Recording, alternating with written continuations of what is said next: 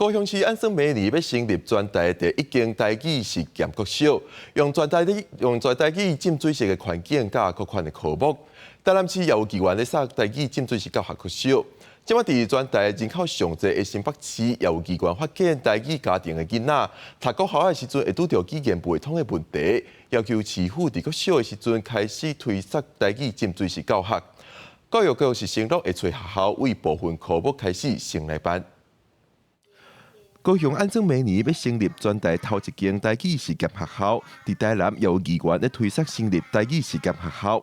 即摆也有新北市机关要求新北市爱对着趋势，上无为办台语浸水式教学班做起。他其实好不容易在孩子出生到他长大的时候，他都一直跟他讲闽南语，结果没想到学校只剩国语可以选择。这部分我也拜托咱的市长好不好？我们来推动台语母语班，好不好？好啊，谢谢。那我们有没有机会在113学年度就来设立？相关的母语班我们来鼓励啦，因为其实也有一些民间也很愿意一起来合作。没错。新北市机关黄淑君表示，两当前就开始接到母语家庭的申请，伊也发现学生对台语浸水式教育的需求愈来愈大。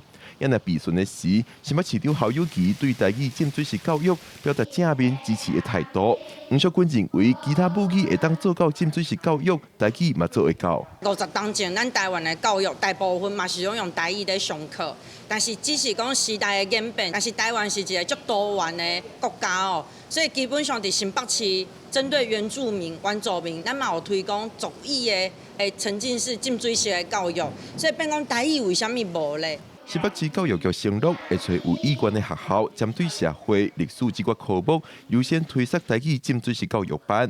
不过也认为英语课、数学课这个科目可能师资较无够，目前推设难度有较悬。因若目前要咧收集学校的意愿，也还未定出确定的时间表。记者郭文柯明哲新北报道。